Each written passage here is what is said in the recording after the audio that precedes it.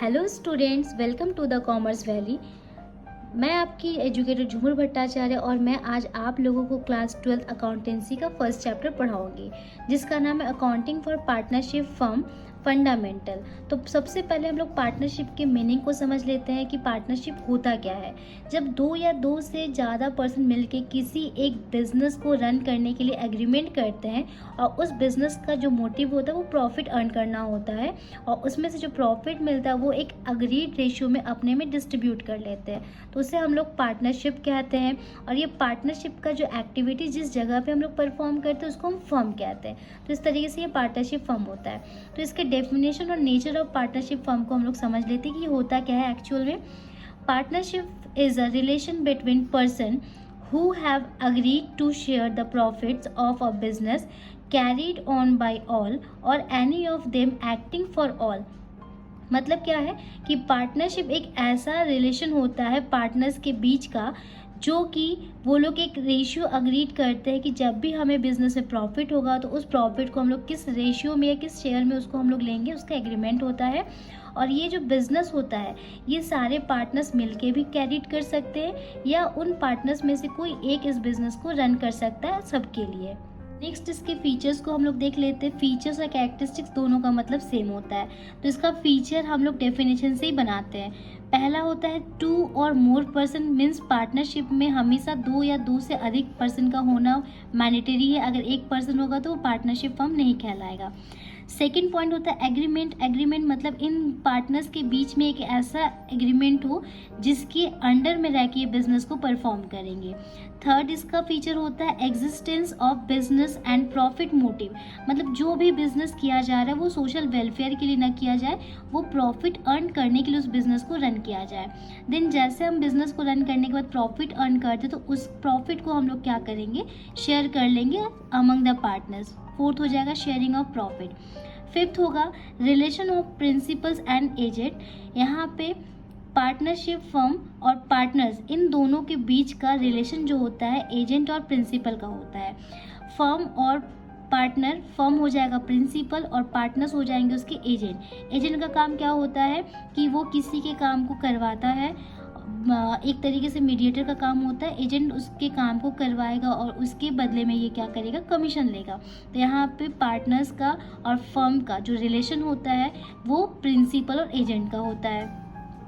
Sixth हो जाएगा business carried by all और any of them acting for all. ये पहले भी मैंने बताया कि बिजनेस जो होता है वो सब लोग मिलके रन करेगा या फिर उन पार्टनर्स में से कोई एक उस बिजनेस को रन करेगा सबके लिए। 7 इसका फीचर होता है नो सेपरेट एग्जिस्टेंस। यहाँ पे फर्म और पार्टनर्स को कभी भी हम लोग सेपरेट नहीं मानते, ये दोनों एक ही होते हैं। यहाँ पे कोई सेपरेट लीगल एंटिटी नहीं होता है। पार्टनरशिप फर्म का यहाँ पर रजिस्ट्रेशन करवाना कोई ज़रूरी नहीं होता है, मैंडेटरी नहीं है, ये डिपेंड्स करता है पार्टनर्स के ऊपर। अगर वो अपना रजिस्ट्रेशन करवाना चाहते हैं अपने बिजनेस का तो उन्हें पार्टनरशिप एक्ट 1932 के अंडर में रजिस्ट्रेशन करवाना पड़ता है। ये एक ऑप्शन होता है, ये एक चॉइस होता है। तो अब नेक्स्ट हम लोग देखते हैं rights of a partner. Partnership होता क्या है, इसका फीचर क्या होता है। अब इसके हम लोग देखेंगे राइट्स क्या होते हैं कि एक पार्टनर का कंपनी उनके फर्म में उनको क्या अधिकार मिलता है। तो हर एक पार्टनर को ये राइट होता है कि उनको उस प्रॉफिट का हिस्सा मिले, चाहे लॉस हो चाहे प्रॉफिट हो, उसमें उनको उनका शेयर मिले। और ये जो शेयर्स होते हैं वो अग्रीड रेशियो होते हैं, मतलब इन्होंने पहले से ही अग्रीमेंट कर लिया होता है कि हम लोग प्रॉफिट को इक्वली बांटेंगे या प्रॉफिट को कैपिटल रेशियो में बांटेंगे, जो उनका विश होगा उस अकॉर्डिंग वो लोग क्या करेंगे, अपने प्रॉफिट को, प्रॉफिट हो चाहे लॉस हो, वो उनको रेशियो में बांट लेंगे।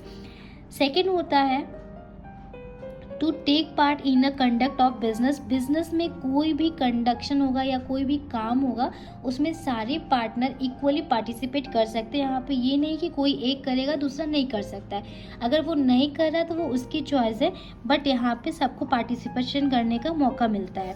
थर्ड होगा यहाँ पे कि बिजनेस में कोई भी मैटर हो रहा है तो उस मैटर में वो क्या करेगा, कंसल्ट करेगा। तो बिना उसके बिजनेस का जो भी मैटर होगा उसको कंसल्ट नहीं किया जा सकता। और फोर्थ में होगा to inspect and have a copy of the books of account. तो यहाँ पे सारे पार्टनर्स का ये राइट होता है कि वो बुक्स ऑफ अकाउंट को चेक कर सकता है और अपने पास एक एक कॉपी वो रख सकता है।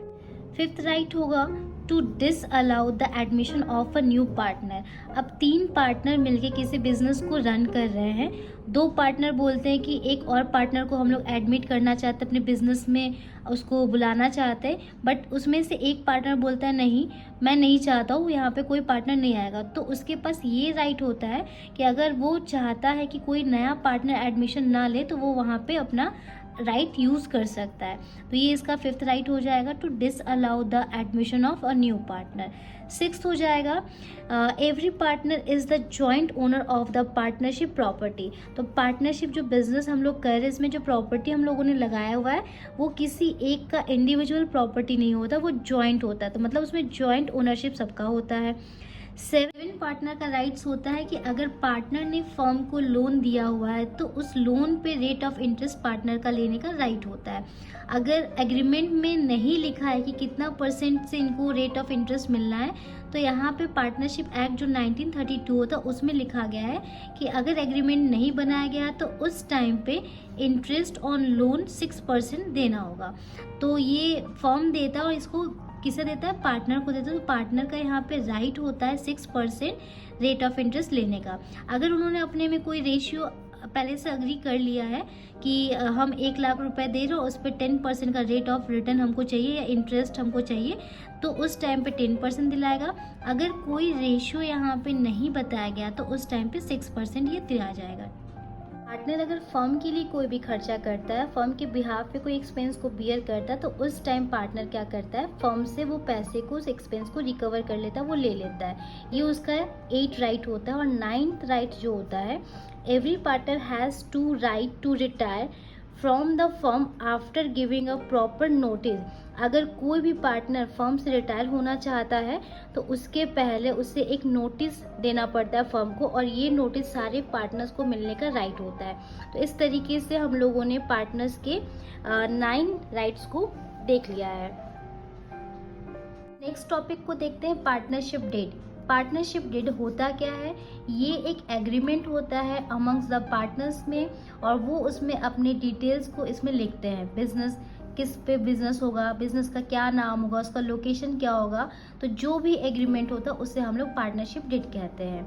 Under partnership act 1932 such a written document which contain the terms of agreement is called partnership deed. It also called articles of partnership. मतलब कि जो भी टर्म्स एंड कंडीशन है और जो पार्टनर्स के बीच में अग्री हुआ है उसको एक रिटन वे में लिख लेते हैं। उस रिटन डॉक्यूमेंट को हम लोग क्या कहते हैं, पार्टनरशिप डेट कहते हैं। अब इसके अंदर क्या क्या मेंशन होता है उसको हम लोग देख लेते हैं।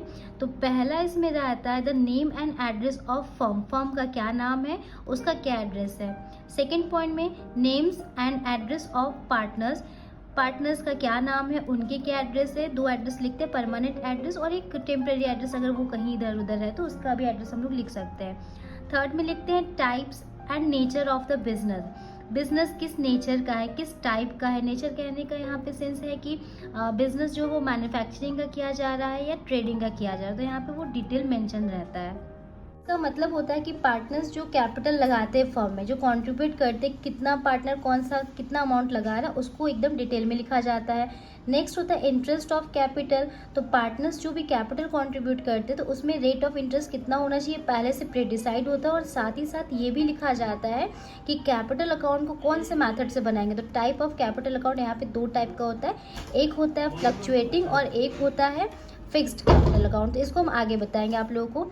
6th होता है ड्राइंग। ड्राइंग मीन्स जो पार्टनर्स पर्सनल यूज़ के लिए फर्म से पैसा निकालते हैं उसे हम लोग ड्राइंग कहते हैं। तो कौन सा पार्टनर किस तरीके से ड्राइंग निकालेगा, इसके डिटेल्स को हम लोग यहाँ पे लिख देते हैं। फिर ड्राइंग में कितना इंटरेस्ट होना चाहिए, क्योंकि फर्म के लिए ये क्या होता है, फर्म पार्टनर को ड्राइंग देता है और इसके बदले फर्म पार्टनर से इंटरेस्ट लेता है ड्राइंग का। ये यहाँ पे रेट ऑफ इंटरेस्ट मेंशन रहता है। Profit sharing ratio. अब पार्टनर्स जो भी बिजनेस कर रहे हैं उसमें उनको प्रॉफिट या लॉस जो भी होना है वो किस रेशियो से लेंगे, इस रेशियो को यहाँ पे मेंशन किया जाता है। सैलरी, यहाँ पे अगर कोई एक्टिव पार्टनर होता है जो ऑलवेज काम करता रहता है तो उसके लिए हम लोग क्या करते हैं, उसको सैलरी देते हैं। तो कितना सैलरी देना है, पर एनम देना है कि मंथली देना है, वो डिटेल यहाँ पे लिख देते हैं। अब फर्म का गुडविल यहाँ पे कैलकुलेशन किया जाता है, गुडविल कैलकुलेशन किया जाता है, उसके मेथड्स होते हैं, कौन से मेथड को यहाँ पे अपनाएंगे, तो ये इसके 10th पॉइंट में हम लोग लिखेंगे पार्टनरशिप डीड में। फिर 11th में आता है accounting period of the firm. तो हमारा जो फर्म है उसका अकाउंटिंग पीरियड कौन सा होगा। अकाउंटिंग पीरियड हम 12 मंथ का यूज़ करते हैं, वो फाइनेंशियल ईयर या तो कैलेंडर ईयर से हो सकता है, तो यहाँ पे हम लोग फर्म का लिखते हैं। नेक्स्ट है use of decision of Garner versus Murray insolvency. ये एक केस है, तो पहले इस केस को हम लोग समझ लेते हैं, फिर इसके बारे में बताएंगे आपको ये होता क्या है। ऑफ पार्टनरशिप फर्म, ये एक केस था, इंसॉल्वेंसी के केस में हम लोग देखेंगे इसको, और ये केस यूएसए में हुआ था 1904 में, जिस केस का नाम था गार्नर वर्सेस मरे। एक पार्टनरशिप फर्म था जिसमें 3 पार्टनर पार्टनरशिप फर्म में बिजनेस कर रहे थे, गार्नर, मरे, विल्किंस। विल्किंस एक इंसॉल्वेंट हो गया था, इसके कैपिटल बैलेंस जो था वो डेबिट हो गया था, मीन्स ये डिफिशियंसी में जा रहा था। तो अब ये डिफिशियंसी हो गया तो पार्टनरशिप को डिसॉल्व करना होता था।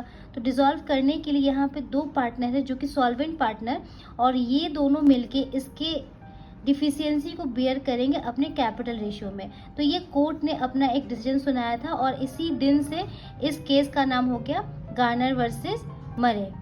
तो अगर कोई भी फर्म में डिसोल्यूशन होता है, एक पार्टनर इंसॉल्वेंट हो जाता है और बाकी रिमेनिंग पार्टनर सॉल्वेंट रहते हैं, तो वो इस केस के रूल्स को फॉलो करेंगे। नेक्स्ट होता है बैंक अकाउंट। बिजनेस में कौन सा बैंक अकाउंट है, उसका ब्रांच क्या, उसका डिटेल, बैंक का डिटेल यहाँ पे लिखना होता है। और 18th में होता है rules to be followed in case of admission of a partner. अगर किसी नए पार्टनर को हम एडमिट कर रहे हैं अपने पार्टनरशिप में, तो उसके लिए कौन से रूल्स को फॉलो किया जाए उसको भी यहाँ पे मेंशन करना होता है। Rules to be followed while settling the accounts on retirement. तो कोई पार्टनर रिटायर कर रहा है तो उस टाइम पे हम क्या रूल फॉलो करेंगे, किस तरीके से उसके अकाउंट को सेटल करेंगे, यहाँ पे वो मेंशन होता है। और लास्ट होता है सेटलमेंट ऑफ डिस्प्यूट्स। कोई भी डिस्प्यूट हो गया फर्म में, अगर एग्रीमेंट बना है उसके बावजूद भी कोई डिस्प्यूट हुआ तो उस डिस्प्यूट को किस तरीके से सेटलमेंट करेंगे वो डेड में मेंशन रहता है। इस वीडियो में इतना ही। इसके पार्ट 2 में मैं आगे बताऊंगी अगर पार्टनरशिप डेड एक फर्म में नहीं बनता है तो उस टाइम में कौन कौन से रूल्स और प्रोविजंस को फॉलो किया जाता है। Thank you for watching this video. See you soon. मिलते हैं बहुत जल्दी एक नेक्स्ट वीडियो के साथ।